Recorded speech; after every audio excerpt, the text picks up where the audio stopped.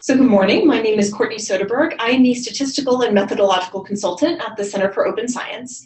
And today we're going to be doing an OSF 101 webinar. So this is going to walk through kind of the basic functionalities of the OSF.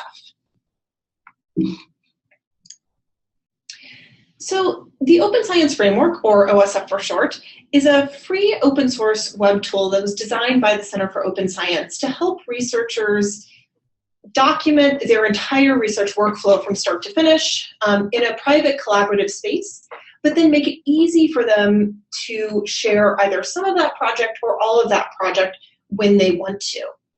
And the reason behind this is the scientific process is very, very long. It has many steps.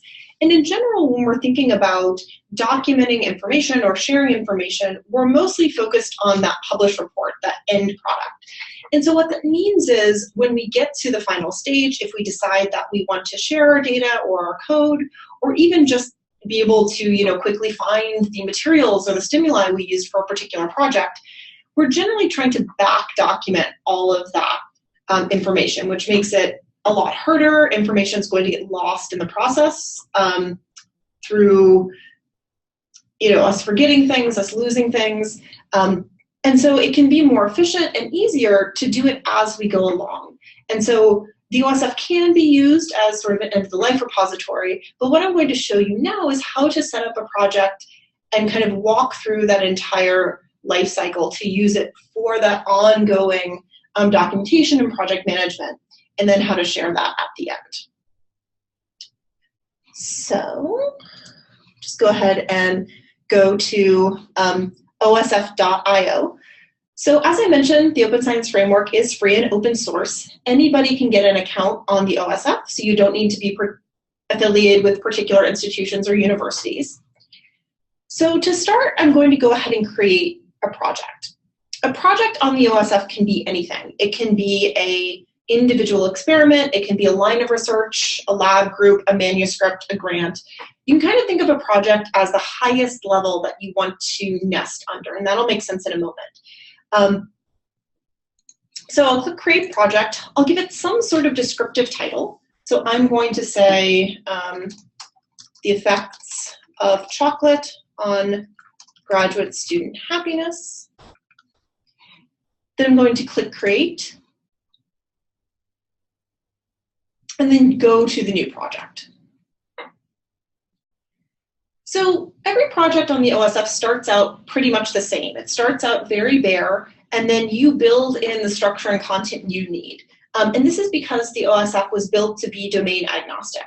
The type of space that I, as a psychologist, am going to need for my work may be very different than the type of space and structure a digital humanity, someone who's working in digital humanities might need, or a physicist might need. So every project kind of has a set of common sections to it, and then we can build in content and structure.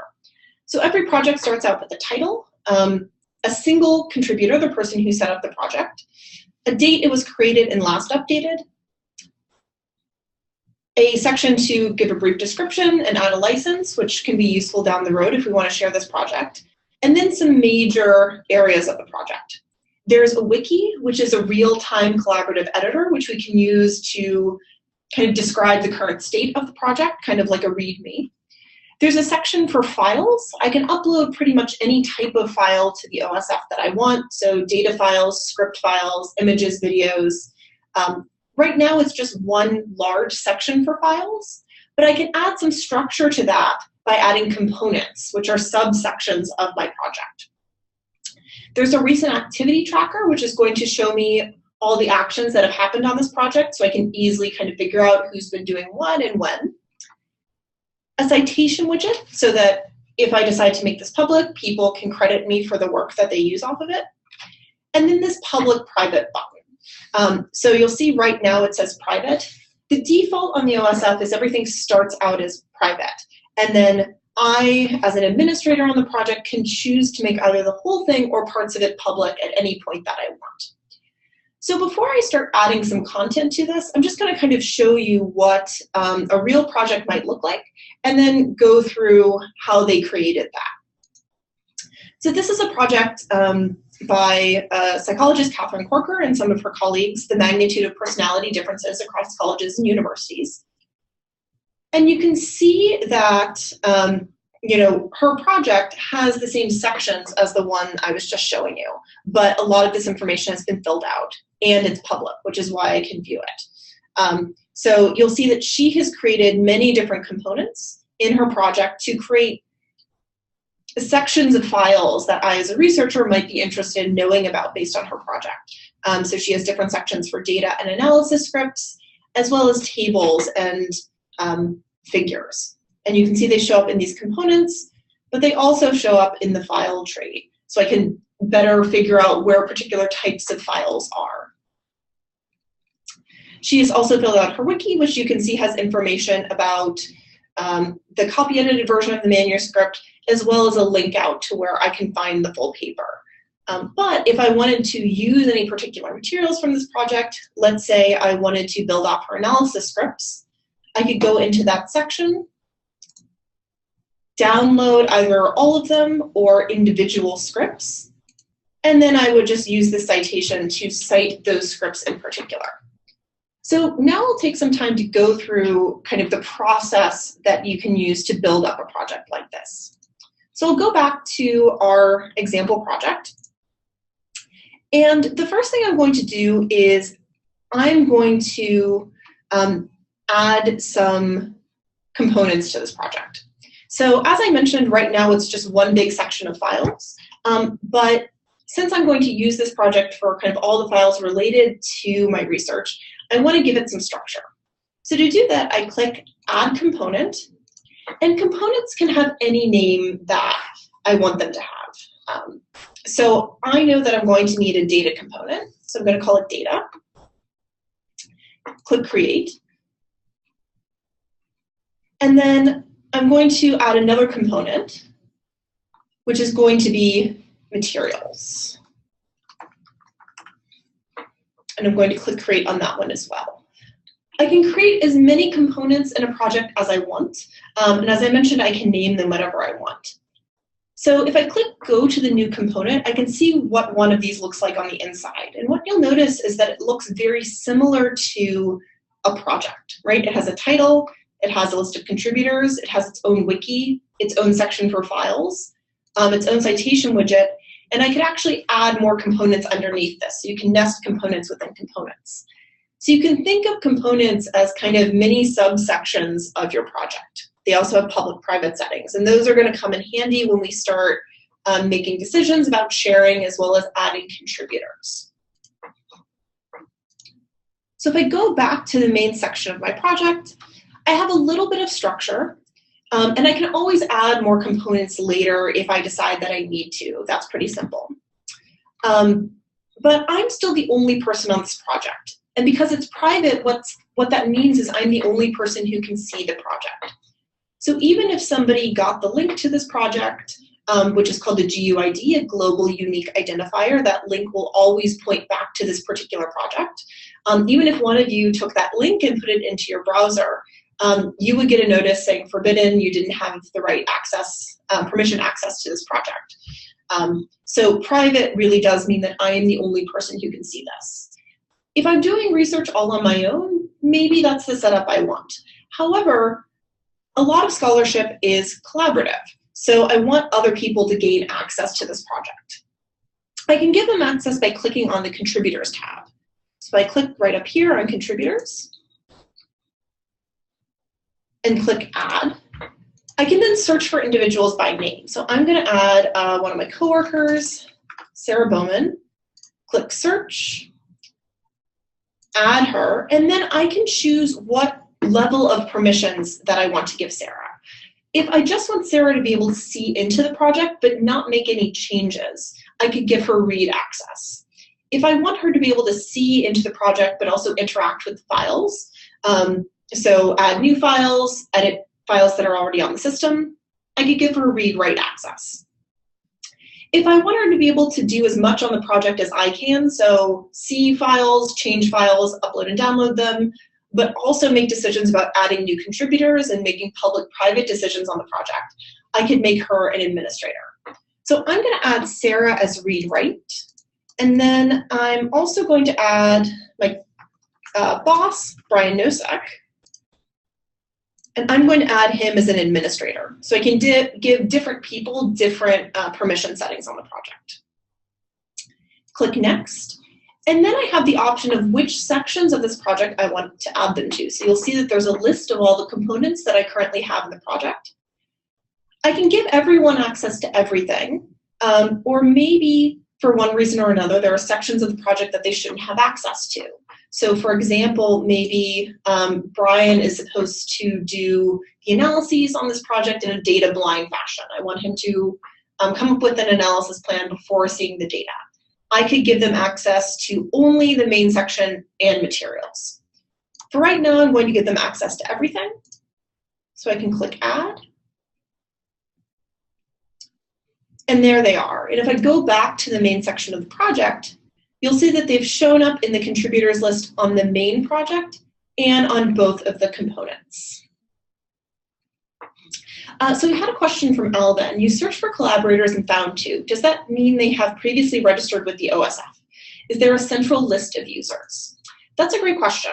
So if I go back to contributors and try to add someone, let's say I look for Alice Jackson.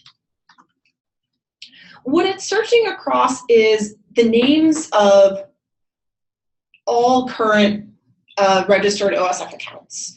So if it doesn't find someone, it will say, there are no results found. Do you want to add this particular person as an unregistered contributor?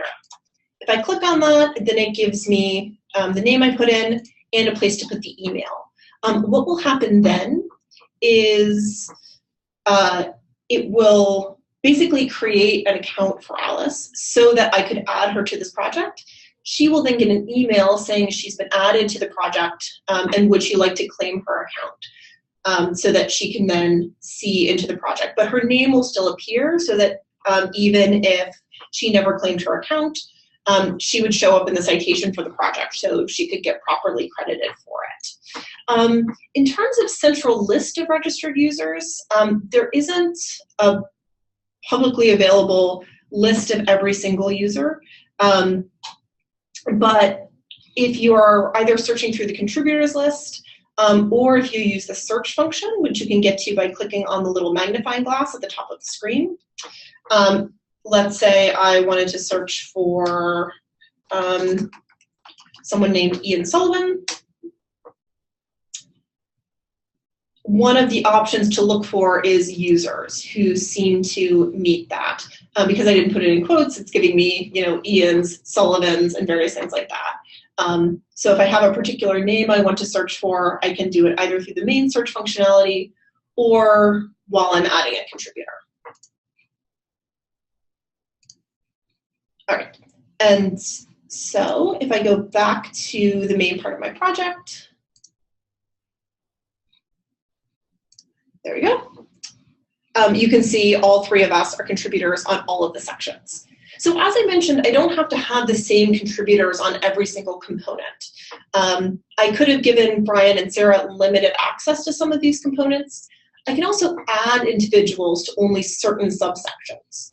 So maybe one of my coworkers, Tim Arrington, is really involved in the data collection for this project, but he's really not doing anything else. So if I go into the data component, and then go up to contributors here. This is the contributors tab specifically for the data component. So I could add Tim to just the data section of the project. Add him. He's now a contributor on data. And you'll see that he is showing up on the contributors list and in that citation. So if anybody uses the data, Tim should get credit for that. But he's not a contributor on the material section of the project because he wasn't involved in the creation or upkeep of those materials. So components allow you to have really fine-grained control over who is getting access to what parts of the project. All right, does anybody have any questions or additional questions about components or contributors on the OSF? Great. So now that I have some structure to my project and all of my contributors can see into this private space, I'm going to start adding files to the system. So the way I do that is you'll see these OSF storage icons. I click on the OSF storage icon that is related to the part of the project that I want to add materials to. So if I click the OSF storage icon here, you'll see that this upload button appears just at the top of that file tree. If I click on that upload button, it's going to give me a search through my computer. So I'm going to go into a folder that has all the files I want to upload onto it. And I'm going to go ahead and select a number of files that I know I need to upload to the site.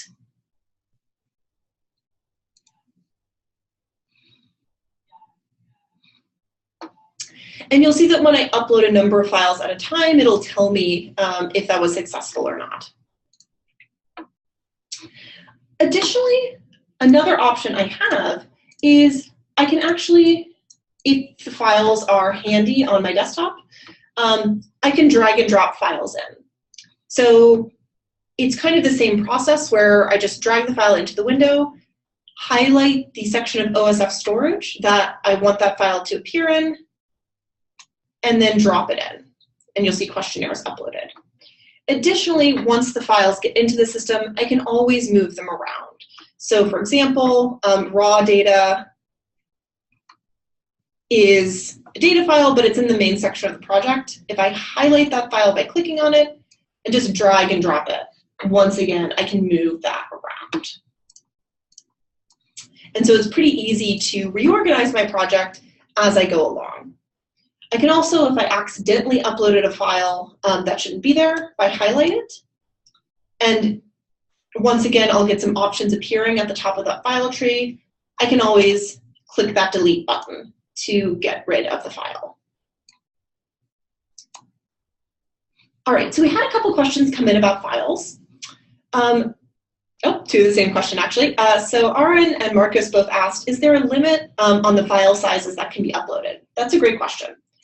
So there is a limit on the individual size of any file. So I can upload files that are up to 5 gigabytes in size, but there is no limit on the total number of files that I can upload to a project or the total amount of storage for an individual user. If you have files that are larger than 5 gigabytes, I'll talk later about a way to get around, or a way to get around that file size limit so that you can connect files that are larger than that into the OSF. So Adam had a question, where are the OSF data centers located geographically? That's a great question. So the OSF data storage is currently stored on Rackspace, which is a cloud storage provider whose servers are located in Northern Virginia in the United States. So if you are somebody whose data has to be in a particular location, maybe Canada or Europe, do keep in mind that anything that's on OSF storage will be brought onto servers in the United States. We are looking at potentially moving our storage to a different cloud storage provider, which would allow for people to, in their individual projects or accounts, choose storage providers that are in different geographic locations. To allow for researchers who do have restrictions on where their data is stored to more easily meet those requirements. So currently all of our data is housed in the US, but hopefully in the future we will have more options for that. So Tyler asked, does the recent activity area document when a person uploads and downloads a file? Yes, it does. So if I just refresh the page and I look down here, you can see basically everything that I do on the project, or that Sarah or Tim or Brian does on the project, is going to be in that recent activity tracker. So you'll see that it showed when I moved files, what files I moved, where I moved them from and to, that I removed that R function or that R file, and then the files that I added as well. All right. So a couple of really good questions, and it came in about, can you make changes to files? So the OSF does have built-in version control. So for those of you who are unfamiliar with the term, most files are going to go through changes across their life. The most obvious example of this is something like a manuscript, where the first draft we write typically isn't the one we're going to send into the publisher unless you're really, really lucky. And so how do we keep track of the different versions of that manuscript or of any file as it kind of goes through its life? So there are a couple ways that I can do this on the OSF. If it's a file that can be edited using a text editor, so this is any file that can be opened in a text editor. So .txt files, CSV files, things like R scripts, Python scripts, SAS, SPSS data, anything like that. If I click on the file, it'll render on the site so I can see what I'm looking at. I could download the file and modify it on my own computer. But if it's a text editable file, I can click on this edit button and make changes directly in the OSF itself. So I could say here, reading and data. I'm going to scroll down and click save.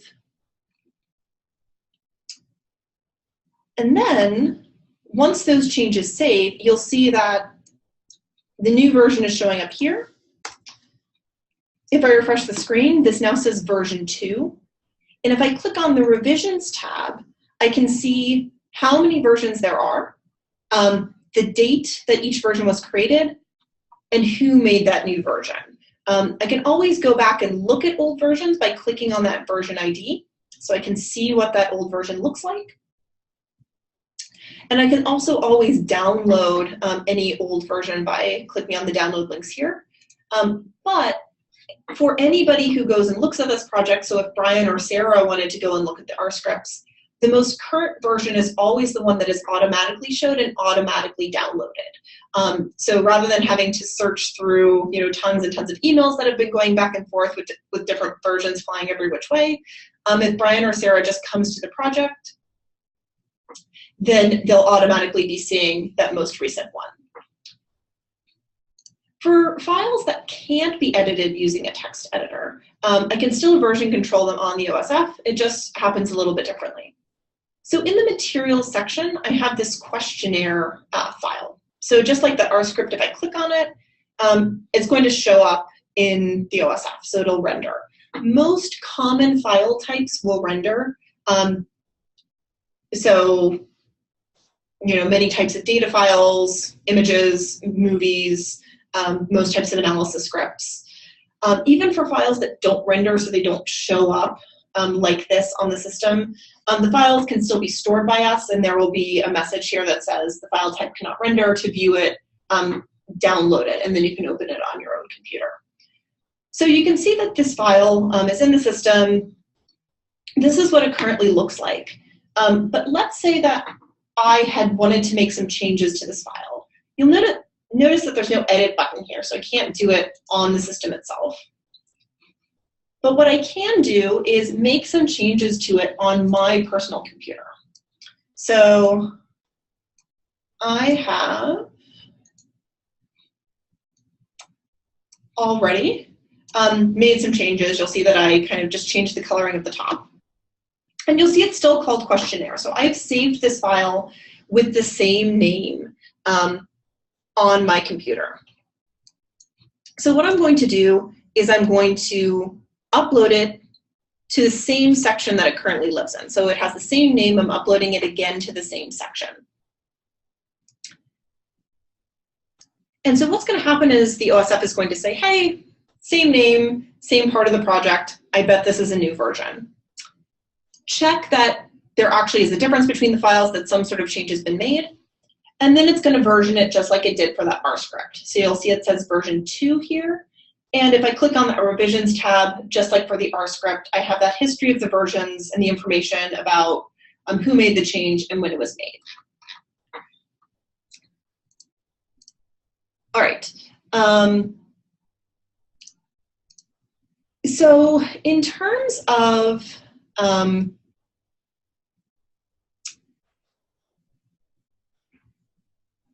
terms of version control outside of what's offered in the OSF, some people may already have systems that they use for version control. GitHub is one great website that deals really well with version control that a lot of people like to use. So if you are somebody who uses GitHub, it would make no sense for us to say, stop using GitHub, completely do your version control in the OSF. That's not what the version control in the OSF is meant to do. It's meant to allow for easy version control for people who don't have a system currently in place. But we also want to let researchers continue to use the tools that they already use that they find helpful if they don't have systems in place already. So I can actually connect a GitHub repo to an OSF project if I want to. So I'm actually going to add another component for analysis scripts. And you'll see I have this option that says add contributors from, and it's the name of the parent project. I'm going to check that box. What that is going to do is automatically add Sarah and Brian to this component. I don't have to, in which case only I would be added as a contributor, but I want Sarah and Brian to have access to this other component as well. I'm going to click Create. Go to that new component, and then click on the Settings page. Scroll down, and this will bring me to the add-on section. So you'll see that there are a bunch of different tools that can be connected to an OSF project. Some of them are storage, like Amazon 3, Box, Dropbox, Google Drive. Others are end-of-the-life repositories, like Dataverse and Figshare, some citation managers, Mendeley and Zotero, and then other things like GitHub and Google Drive. So I'm going to connect GitHub, so I'll click on GitHub. This is going to give me kind of really detailed information about how this connection is going to work. Click Confirm. And then I'm going to scroll down and click Import Account from Profile. If this was the first time I had done this, it would actually ask me for my username and password. I've done this before, so it remembers. And then I get a list of all the GitHub repos I have. If this was something like Dropbox or Google Drive, it would give me a list of folders. And I can choose whichever one of these I want. So I'm going to click Test Study, and then click Save. And then once the settings have been updated, if I go back into the analysis scripts section, you'll see that the contents of that GitHub repository are showing up inside my OSF project. And if I click on those files, I can view them on the OSF, and I can also view their revision history. So I can see the number of changes that there are and the GitHub IDs for them. So basically what this add-on has done is it's created a two-way door between the OSF and GitHub. So what that means is that I can continue to edit these files on GitHub if I'm somebody who likes GitHub. And those changes will show up in the OSF. But Sarah and Brian, maybe they are not GitHub users. They don't have to go to GitHub to see the current changes that I've been making on those files. They just have to go to the OSF project where they can see my GitHub as well as the data and the materials in one place. So by using those add-ons, I can continue to use the services that I like, but connect them all up in one location to make it easier to kind of view them together. And I can add many add-ons to a project. So for example, I could add GitHub for an analysis scripts.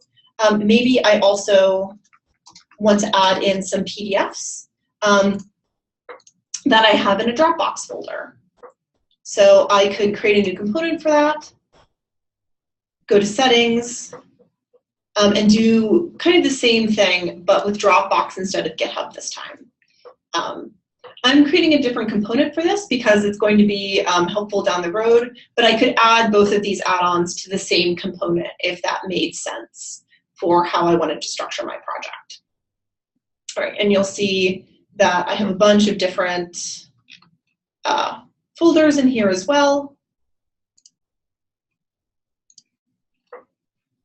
Okay, click Save. go back to the lit review section. And just like GitHub, those files should show up here. All right, so we got in a lot of great questions while I was discussing the add-on, so I'll try and go through the ones that I didn't answer as I was going along. All right, so we had a couple of questions about Jupyter Notebook integration. So you can upload Jupyter Notebooks to the OSF, but they won't be interactive. So you could upload the file itself to the OSF, but you wouldn't be able to run the Jupyter Notebook on the OSF currently.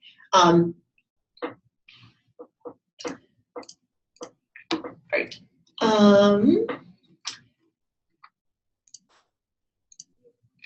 Great. So we had a couple of other great questions. What does checkout do? Oh, that was a good catch. So someone noticed as I was going through the revisions that if I look at a file, there's a checkout button. So if I go back into, let's say, the questionnaire file, there's this checkout button right here. So if I click that button, what it's going to do is it's basically going to lock the file. So if I check it out, that means that nobody else will be able to upload a new version of that file. They will be able to download the file, but they won't be able to make changes to it as long as it's checked out. And you'll see that there's a little icon next to it. So there will be a visual cue to my collaborators that the file's checked out. So what this helps with is, let's say, Brian and I were collaborating on the project. I'm working on the questionnaire. I don't want Brian to make changes to the questionnaire because I know that I'm currently making changes and then we're going to get two versions that are out of sync with each other. I can check out the file to lock it, make whatever changes I want, and then when I upload my new version, it'll unlock the file, and then Brian can make changes off of that. So it's a way to make sure that you don't get versions that are out of sync with each other.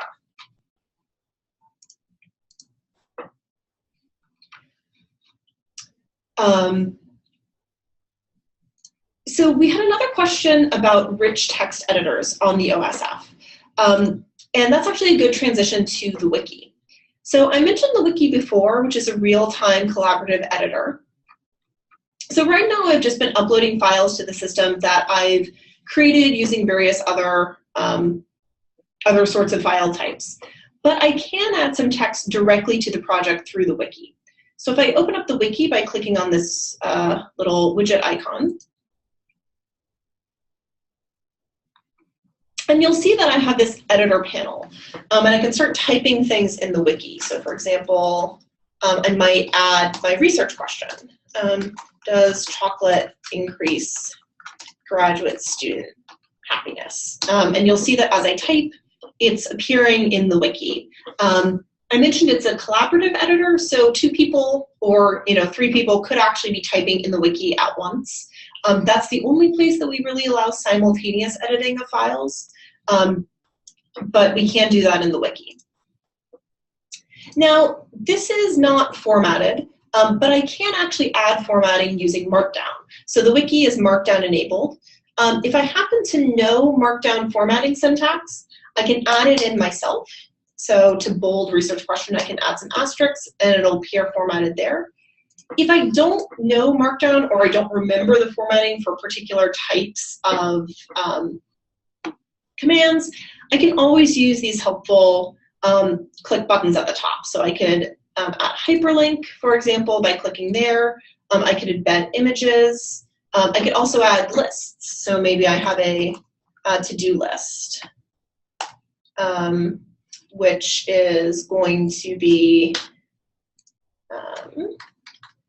maybe I want to first buy some chocolate, weigh out samples for participants, and then I could add as much as I want. So I can add more formatting to this as I want. This doesn't have a lot of formatting, but you can get wikis that are pretty complicated with hyperlinks to other sections of the project, embedded images. You can even add tables if you want to get really fancy with them. And then to save those changes, I just go down and click Save. The wiki is actually also under version control. So if I click Edit again, let's say that I want to now add a hypothesis. If I can spell, yeah, that's right. So eating chocolate will increase happiness. If I click Save again, every time I click Save, it's creating a new version.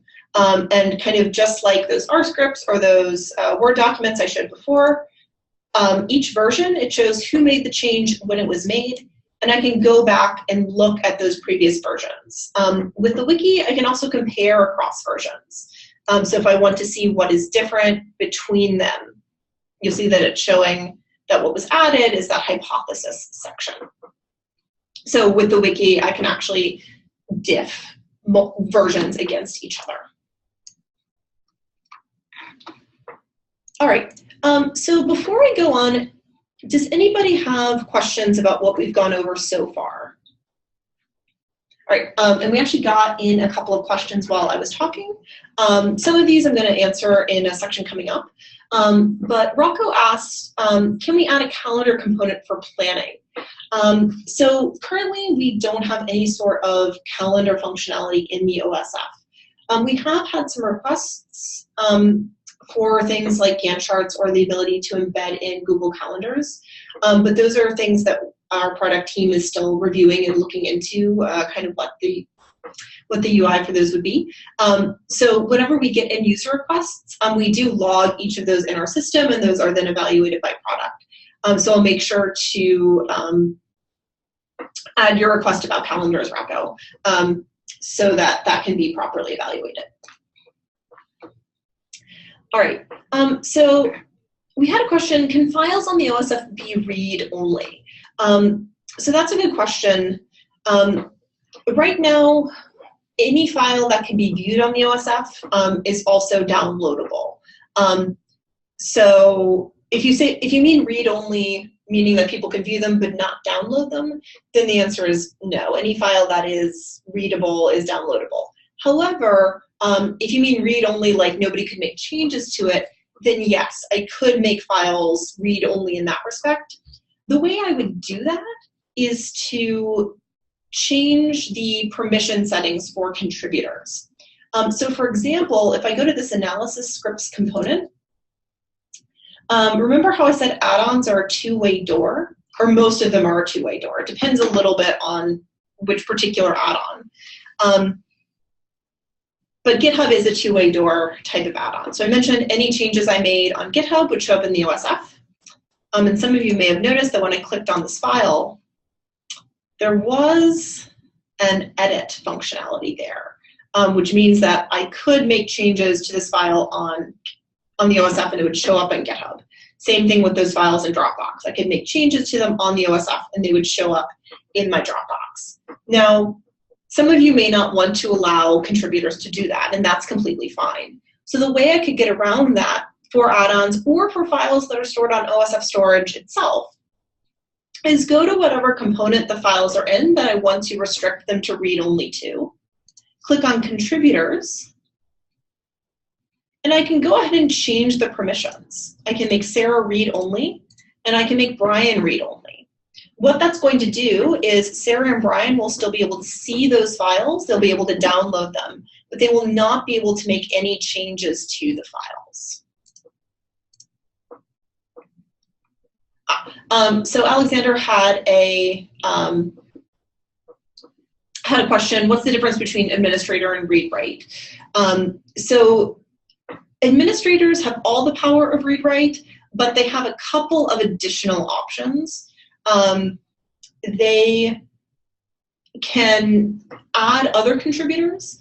They can make decisions about whether components are public or private, and they can also register projects. So administrators kind of have a little bit more power. So I can set permission settings on individual components. So for example, Sarah is not an administrator on the entire project. I could make her an administrator on a particular subcomponent if I wanted to. So just like I can add different people to different components, I can also give individuals different permission settings on different components. All right, so I'm gonna go ahead and talk a little bit about sharing of projects, because we've had some questions come in that are related to sharing of information. So as I mentioned, this entire OSF project is currently private, but at some point I may want to share some of the project or all of the project. And I can do that really simply by clicking on the Make Public button. If I click Make Public, and then click Continue, it's going to give me a list of all of my components and say, which parts of this project do you want to make public? I could make the whole thing public, or I could keep sections of the project private. So maybe my materials are materials that are actually copyrighted. So maybe I signed an agreement with a firm where they would allow me to use the questionnaire for a fee. So I always want to know what exact questionnaire I gave to my participants, but because it is copyrighted by another company, I would not legally be allowed to publicly share that questionnaire. So I can keep that section of my project private, but open up the other sections. If I click Continue, it's just going to reiterate what I'm about to make public. I can click Confirm, and that's all I have to do. And now this project is public, and what that means is anybody can look for it, either by searching on the OSF itself, or actually searching Google. So public projects on the OSF are indexed by Google. I can search for Daniel Lakin's effect size, and you'll see that the first thing that comes up is actually an OSF project. This is an OSF project that contains supplemental materials related to a Frontiers article that Daniel published a while back. So this is his project, but I can look at all these files, and because it's public, I can download them as well. Once a project is public, I can also get analytics on the project. So if I click on Files, and you can see that I get download counts on each of those files.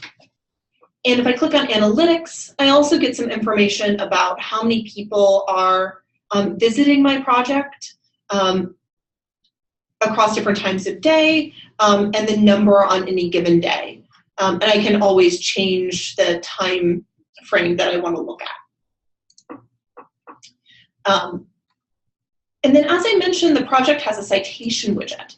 So, if I use these supplemental materials, I would be able to give Daniel credit for those by using that automatically generated citation. You'll notice that the project itself, so the whole project has that citation widget, but each of the individual components also have a citation widget. So if I just wanted to use the data, I could use the citation for the data component. So I can cite exactly what I'm using for a project. And the way I would do that is I could just add this to the end in my citation section. But what I can also do if I wanted to, in the text of the article itself, make it very apparent or link out to exactly where my materials are or where my data is, I can also drop this link into my paper. So as I mentioned, every project on the OSF has one of these links. It's a GUID, a global unique identifier. Every project, every component, every file has a GUID. So that link is always going to point back to the particular thing it's associated with. So if I wanted to point somebody in my article to the clean data file, for example, I could put the citation for this component in the citation, the references section of my manuscript, and then in text use the link, which is always going to point back to this clean data file, even if I change the name, even as versions get updated. As long as I don't delete the file, that GUID will point back to it. All right.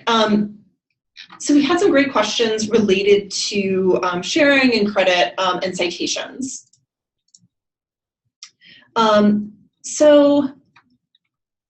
Alexander asks, can you choose the contributors who appear in citations and who do not? That's a great question. So you may have noticed when I was in the contributor section, so I'll go back to the main project, and I'll go to contributors, that there is this bibliographic contributors box, checkbox. So if I want to give somebody access to the project, but they shouldn't get, they shouldn't be part of the citation. So maybe Sarah was a research assistant who was working on the project, who was just doing some sort of background administrative stuff. She needs access to the project. She needs to be able to upload and download files. But she should, you know, maybe in the field I'm in, she wouldn't typically get citation credit for that sort of work. I can uncheck the bibliographic contributor box, save that change. Sarah's still a contributor on the project with read-write access, but you'll notice that she does not show up as a contributor, nor does she show up in the citation. We also had a question about DOIs. So once a project is made public, then I can request a DOI for it. If I click this, a DOI will automatically be minted for the project. Projects and components can get DOIs. So I could get a DOI for the overall project, but I could also get a DOI for the data component that's going to be different, so that I could differentiate between those two sections through a DOI. So someone asked, what if in your data section you have unanonymized data and then clean data? You want to show the clean data but not the raw data. Can sharing be done at the file level, or would you have to make a new section? That's a great question. So sharing cannot be done at the individual file level. What you would need to do is either you would need to create a separate component somewhere. You could either do it at the same level and have one named like raw data and one named clean data, or you could just create a new component under data. So I could say identified data, create that component, and then if I just, you'll see it has a lock on it. That means it's currently private, and just move the raw data into that component. And now the clean data and the data dictionary are still part of that public data component, but that sub-identified data component is private, so nobody would be able to see it. All right, so we had some questions related to integrating in other sorts of online identifiers. So you can do that. The way to do that is to click on your profile, go to My Profile, and I can add some more information about myself, both to kind of connect up all of my different online identities, but also to make it easier to figure out if somebody's trying to add me to a project, that they are in fact adding the correct Courtney Soderberg. Courtney Soderberg isn't that common of a name, but you know, if my name was John Smith, that might be a little bit more complicated. So once I get to my profile page, if I edit my profile, I can change my name, I can choose exactly how I want the citation formatted, but I also have the option to add in information about my education, my employment history, and various social information.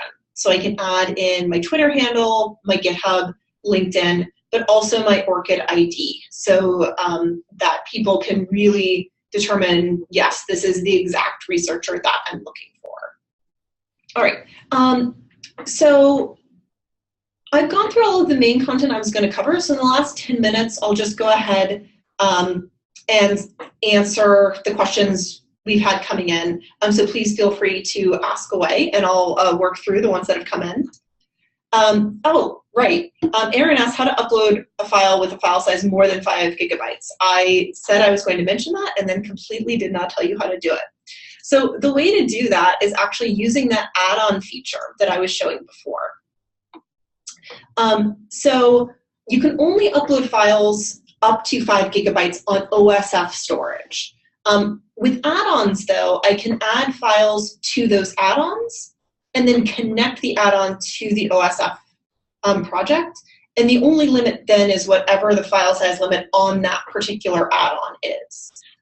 So if, let's say, I have the type of Amazon S3 account that allows me to upload files to an S3 folder that are larger than 5 gigabytes, I could upload that file to my Amazon S3 account and then just connect that particular section of that account into the OSF project that I need to have it in through the use of an add-on. So that's the way to get around that file size cap if you are somebody who works with files that are occasionally larger than 5 gigabytes. All right. Would a view only, so Chelsea asked, when would a view only link be useful? That's a great question. So if I go to the contributors tab, some of you may have noticed that under contributors, there was this thing that said view only links. So I'm actually going to switch this project back to private to show this better. So I make it private again, make all private. Go back to contributors. So sometimes a project may not be ready to be fully opened up yet, but I need to give somebody access to it. Let's say that the OSF project is related to a manuscript that's currently going through review. And I want to allow the reviewers to see my data and the code that's associated with that project. So there are two potential issues with this. One is if I'm in a field that does double-blind peer review, I wouldn't want to just publicly open up my project, right? Because my name is all over that project. It's in the contributors list, the citations, the activity logs. So my identity would no longer be blinded to my reviewers. The other problem is that if I don't know who my reviewers are, then I couldn't add them as contributors on the project. And that would be a little weird anyway to add a reviewer directly as a contributor. So if I click on view only links, what this allows me to do, I can just give it some sort of name for review, is it allows me to generate a link that will give somebody access to a private project. And I can choose to anonymize that link. So what that's going to do is when somebody views the project through the link, it will strip out the names from anything that we control on the site. So the contributors list, the recent activity logs. It will not strip out your names from within files, nor will we strip out names from the titles of files. So just keep that in mind if you want to use it. And then I can choose which sections of the project that this link should give access to. I can make it everything, or let's say I just want to give them access to the data, not the identified data, just that clean data in the analysis scripts. Once I create that link, then all I have to do is copy this link, send it into the journal with my manuscript. And then I can actually show you what that's going to look like somewhere where I'm not logged into the OSF. Let me log out first. All right, so this is what that view only link looks like. You'll see that it has anonymous contributors and only seeing those two sections that the link would give me access to. And it just says a user anywhere where there were particular names. And then once I'm done with that link, maybe the reviews came back in and said, you know, we don't like your paper. I can deactivate the link. So if I remove it, then even though the reviewers still have that link, it won't give them access to the project anymore. All right. Sorry, we got a lot of questions in, so I'm just quickly searching through those. So we had a question about checking in of files. So I mentioned the checkout feature before. There was a question about whether files automatically check themselves back in when you upload a new version. That's actually a really good question, which I don't know the answer to off the top of my head. but I can really quickly check that by making a change to the file and adding it back. All right, so it looks like the files do not automatically check themselves back in. So when I upload a new version, I uploaded a new version of that questionnaire file, I do have to manually check it back in. So the check-in, check-out is a manual process.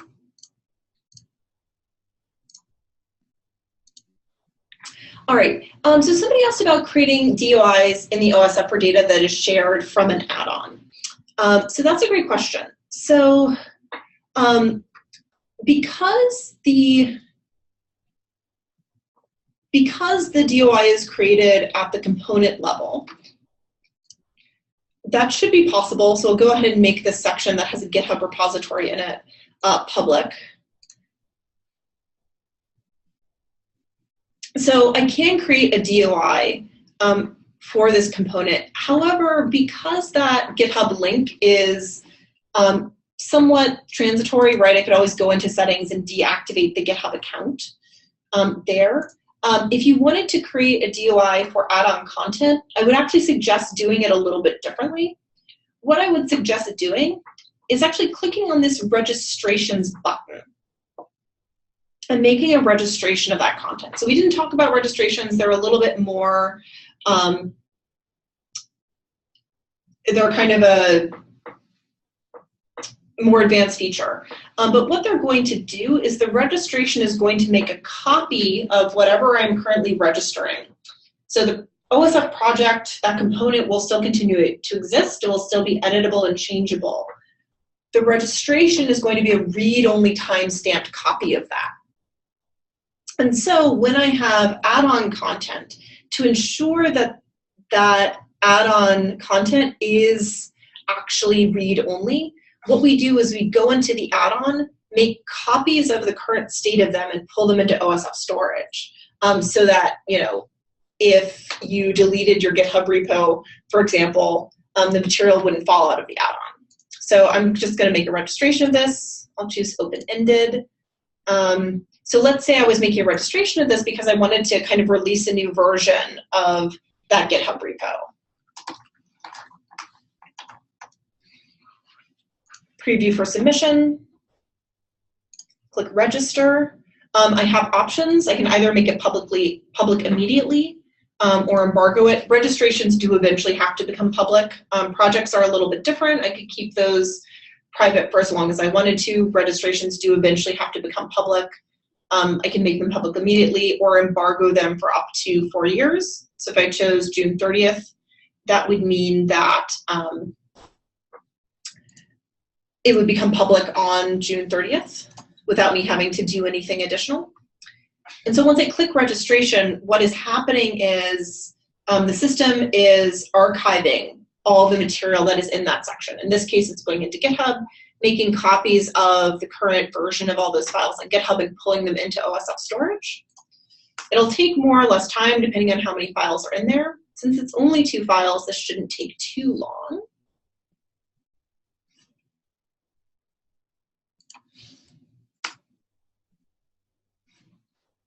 GitHub was having some issues yesterday, I know, so this may not be resolved. I'm wondering if it's a little slow because of backlog from that. But what I can show you is what this looks like once it's done. So I'll search for a registration that already happened. It won't have a GitHub add-on, but the functionality is basically the same, whether it has GitHub or not. So this is a registration. You can see it says read only across there. And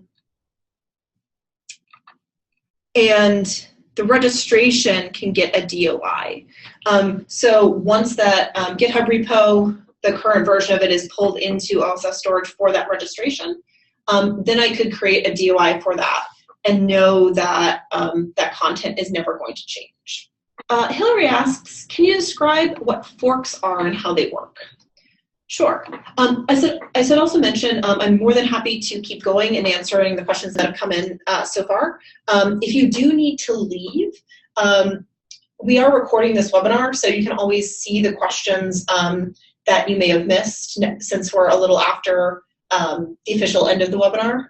So we are recording this. It'll hopefully be up within about a week on our YouTube channel. But if you have other questions afterwards, you can always email us, and we will try and get back to you as soon as possible with answers to those. All right, so about the forking functionality. So some of you may have noticed this little icon, which is a fork icon. So if I click on that, I have some options. I can either fork the project or duplicate the template. So if I were to duplicate the template, what that's going to do is it's going to copy over just the structure of the project, not any of the content. So that might be useful if, let's say, I came up with a structure that I really liked for my research, for the research that my lab does. Rather than having to build the project up from scratch every single time, I could duplicate the template. And what that's going to do is create a new project that has the same structure, but none of the content. So it's a way for me to efficiently create projects that have the same structure and just add the content. And then I can just change the name. Maybe this is effect of caffeine on sleep. And you'll see that it's also wiped out the contributor. So I can give those different templated projects different contributor lists. The fork function is a little bit different. The fork is going to copy over not just the structure, but the content as well. So when the fork can be really useful is if I want to significantly build off a project that has already been happening. So let's say that I was going to do a replication of this work. So the materials were going to be the same, this analysis scripts were going to be the same. The only thing that was going to be different was the data. I could create a whole new project, create that structure again, upload all those files again, but that would be a little inefficient. So if I click on the fork project, it's going to create a new project that has the same structure and the same content. And then once that project is created, I can rename it if I need to, just like that template. And I can also download, or I can delete the data files and then re-upload data files once I get in new data. So it's a way to kind of efficiently build off of projects. It takes more or less time depending on how much data there is in the particular project. Yeah, the fork is successful. And the fork will actually always point back to where you forked it from. So even if I change this title, replication of chocolate and happiness, that'll always point back.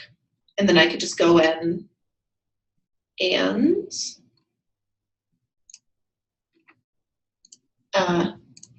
delete those data files. They're just being deleted from this new fork project. They're not being deleted from the original project, so don't worry.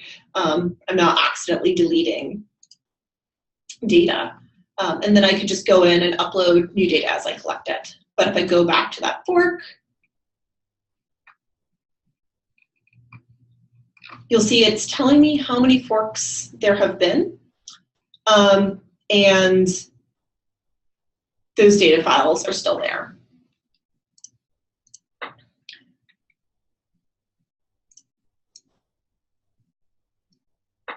All right, so circling back to view-only links, somebody asked, do people viewing a project through a view-only link need an account? No, they don't. So anybody who has the view-only link can use it, whether they have an OSF account or not. And then related to that, couldn't somebody just search for the project name on the anonymous link on the OSF and find a paper after receiving the blind link? So the search on the OSF, that's a great question. Search only shows public projects. So even if they know the title of the project from the view-only link, I'm actually going to change this because I use this as an example title a lot. So if I search other ones that look like this project but aren't this project may show up. So I'm going to rename this to monkeys and elephants. So let's say somebody viewed this project through a view-only link. They knew the title was Monkey and Elephants. The project is completely private. If I then go and search the OSF for monkeys and elephants, let's actually put that in quotes. You'll see there are no results found. So even if somebody knows the title of your project, they won't be able to find it through search as long as it's private, even if they do have that view-only link.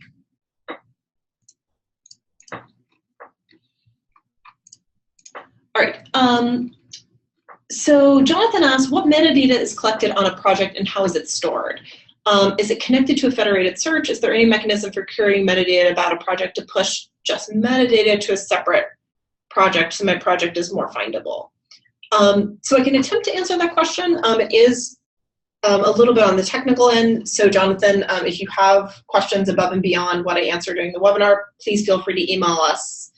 Email our help desk, contact@cos.io, and Becca, our user support specialist, will be able to connect you with a developer who could answer the more technical side of that if necessary. Oh, I'm still in the wrong window. That's why that looks funny. All right, so in terms of the metadata on the project, the users, the project titles, the number of files, the files related to them, that's all stored and is searchable for public projects. The OSF also has an API, or a public stable API, that for public projects you could use to search through the metadata of those projects, and you can also use it to search through your own private projects.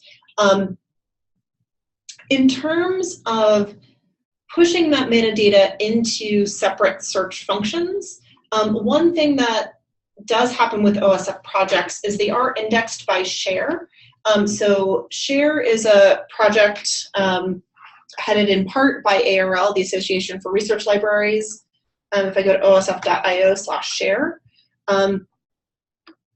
what SHARE does is it takes in metadata information from, I think, 153 different providers. Some of those are data repositories, some of them are institutional repositories, and then what it allows me to do is search across all of those different sites at once. So it takes in all of the metadata from those different sources, kind of standardizes it, and uses that to allow me to search. So I could search for, let's just continue with the monkey theme. Let's go with monkeys and cancer. This is going to bring up a lot of things. And you can see, for example, it's bringing up articles. It also will bring up data sets, code, things like that. And I can choose which providers if I want to filter it by. The OSF is one of those providers. So metadata from public OSF projects is linked into SHARE. And then when I click on these, it'll take me to some more information about it. And I can go to where that file is externally linked. In terms of pushing it to other specific places, we do have some groups with Notre Dame, for example, is working to, I believe it's Notre Dame, allow for registered projects on the OSF to be pushed into their institutional repository, which would bring along the metadata for the project. But we don't currently have kind of a standard way to, for an outside group to curate the metadata on a project or push that project into some other type of search. But you can search for OSF projects through OSF Search directly, through SHARE, or through Google. All right. And so I think last question. So Andre asked, can you deposit a file in your project to an OSF preprint server? And if so, how? So that's a great question. It's not something I talked about, but I will go over it. So some of you may know that there's a preprint server built on top of the OSF. So if I go to osf.io/preprints,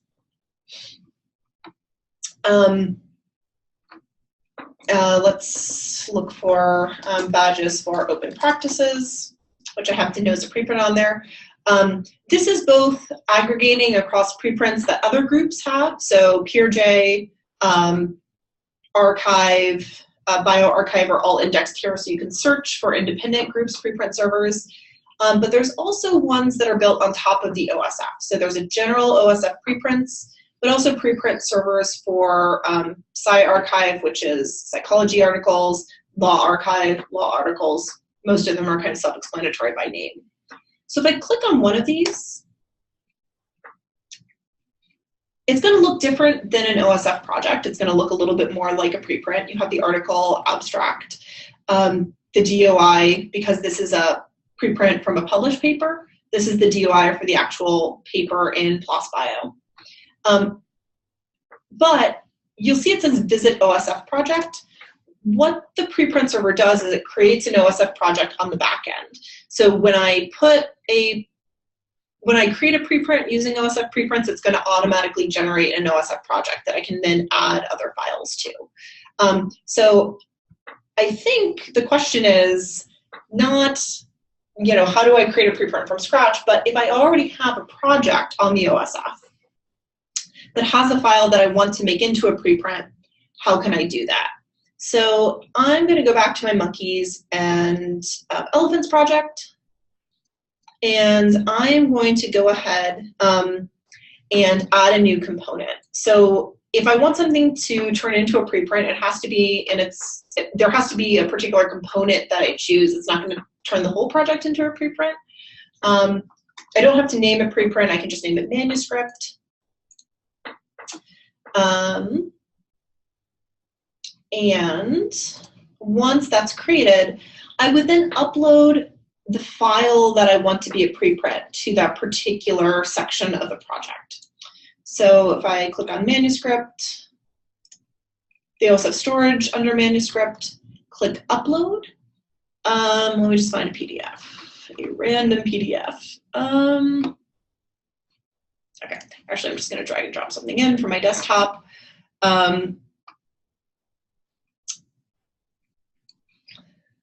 Not actually going to turn this into a preprint because this is not at all my article. This is an actual published article, but I'll just show you the steps that you would take.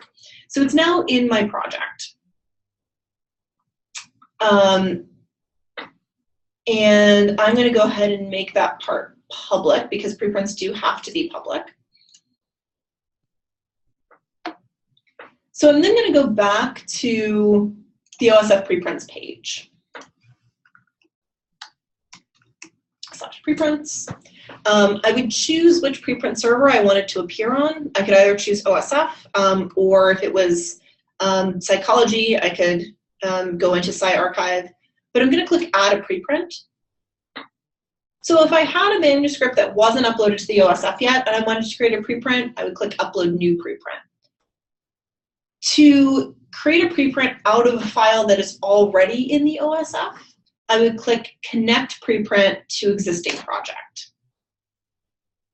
And then what that'll do is it will give me a list of projects, and I can then choose which one of them I wanted to turn into a preprint. I have a lot of projects, so this is actually going to take quite a long time to load, but once it did finally load, I would just choose that manuscript component under my Monkeys and Elephants project, and then that would turn it into a preprint. About a week ago, we had a webinar dedicated to preprints. I will hopefully be uploading the video from that webinar later on this week. So if you want to learn a little bit more about exactly how preprints work on the OSF, I would suggest that you go and watch that video as well, as it'll give more of a detailed introduction to that. All right, so thank you all so much for attending the webinar. As I mentioned, if you have any follow-up questions, please feel free to email us at contact@cos.io.